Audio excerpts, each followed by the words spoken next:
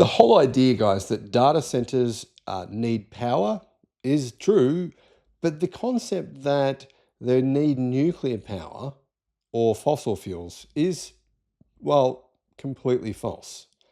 In fact, most of the data centers being built around the world are being built in conjunction with massive solar and battery farms. Hello, my friends. Welcome to the channel. It's great to have you with us. I'm Sam Evans. Let's get straight to it. Enbridge is bidding on a solar farm in Texas.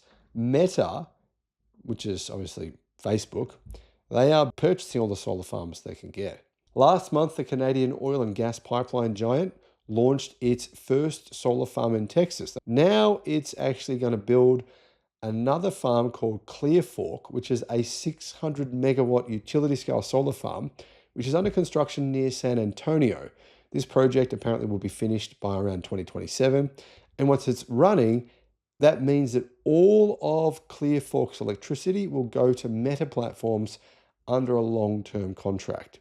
Meta will use the solar power to help run its energy-hungry data centers entirely on clean energy. So there's been a lot of articles that I've read over the past couple of years saying these data centers are a nightmare. They're going to need all this energy and we're going to need fossil fuels because of all the energy needed. It's not actually true at all. We really don't need all those fossil fuels. We just need renewables, and that's the cheapest solution. That's the reason. Meta is not going to care about really what kind of energy they're getting, right? They don't really care if it's green or not. They're just simply purchasing the cheapest option. The cheapest source of electricity for them is actually a solar and battery backup, sometimes wind as well. The solar farm project is going to cost around $900 million, just under $1 billion, says Enbridge, and it will boost the company's cash flow and earnings starting in 2027. So it's really good news for them. Really, this is what I've been saying for a long time now on the channel. This sector, energy storage, solar, and batteries in particular, is going to grow. It's already growing exponentially, but that speed is not going to slow down. It's going to gain pace. Enbridge EVP Matthew Ackman said the project reflects growing demand for renewable power across North America from blue chip companies involved in technology and data center operations. It's worth pointing out that 97% of the electricity added to the US grid last year, 97% came from renewable energy. Meta's head of global energy, Urvi Parek, added that the company is thrilled to partner with Enbridge to bring new renewable energy to Texas and help support our operations with 100% clean energy. Meta's first multi-gigawatt data center, Prometheus, will come online in 2026, and Clear Fork is part of the trend apparently from Meta, Amazon, Google, Microsoft, other companies to build out these basically massive renewable energy farms in order to power their data centers. And it's not really like, I've heard people saying they're going to build all these nuclear power plants, but it's not really a real solution. It takes so long to build a nuclear power plant, and the costs are always way more expensive than was initially quoted. Meta, Amazon, Google, Microsoft, they can't operate that way. They can't operate by saying, let's just go with the most expensive form of energy because it sounds great, it's nuclear.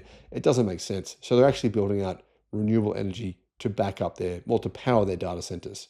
And that's going to only increase over the next 5 to 10 years. Let me know your thoughts in the comments. Bye-bye. This week and last week, California, Texas, and Australia hit staggering new records in renewable energy production. These numbers will be destroyed again. By the time you watch this video, they could have been broken again. What this is doing, it is getting rid of peaker plants. Peaker plants which turn on, burn gas or sometimes coal and pollute the atmosphere and are really expensive. They cost you a lot of money. You get home from work, it's 5 p.m., 6 p.m., electricity price spikes almost every day. That is changing in a big way. Wind and battery outputs have been smashed. New records for renewable energy have been hit in Australia. This is only the beginning. Here are the numbers behind the staggering surge in renewable energy in Australia.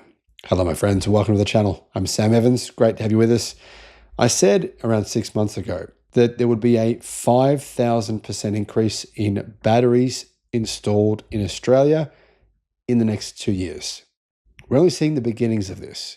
So these numbers I'm about to present to you, they will be annihilated over the next 12 months. Output from wind and battery storage projects on Australia's main grid smashed previous records over the past few days, says reneweconomy.com.au, as a host of new projects propelled the technologies towards key milestones. Wind output hit a new record of 9,750 megawatts late on Thursday. Guys, it hasn't been windy here at all where I live in Australia for the last week, so I'm surprised to see this. A few hours later, at 3:30 a.m. on Friday, there was a new record instantaneous share of 42.2%. So during the nighttime, wind hit a record of 42.2% of Australia's electricity production. That's crazy. The technology will break through the 10,000 megawatt milestone soon, apparently, particularly with a number of new projects, including the country's biggest at Golden Plains and McIntyre, South Australia's biggest at Goyder South, and the new Clark Creek project in Queensland being commissioned very, very soon. So these numbers are going to be just annihilated before the end of the year. The rapid rollout of battery storage, though, both in the number and size of projects, says Renew Economy, is causing charge and discharge records to fall, well, basically almost every week. It's crazy. On Saturday, the record discharge for big battery storage took another big leap towards the 2 gigawatt mark, with 1,982 megawatts posted at 5:30 p.m. That's right when we need it. Right when everyone's getting home from work, right when in a lot of places it's getting dark around 5:30 p.m. That's exactly what the batteries, they're doing their job, right? Jumping in at that time, just like in California. And that was up from the previous record of 1,821 megawatts. So the previous record was way below. They've gone from 1,821 to 1,982. It's a huge jump. Earlier in the day at 11:30 a.m., a new record for battery charge, as in the amount of power, guessing solar power, predominantly going into the batteries, was set at 1,522 megawatts, up from the previous record of 1,441. New battery charge and discharge records were also set in New South Wales and Queensland, with batteries soaking up a staggering 691 megawatts of excess renewables that would have been wasted otherwise. Isn't that awesome?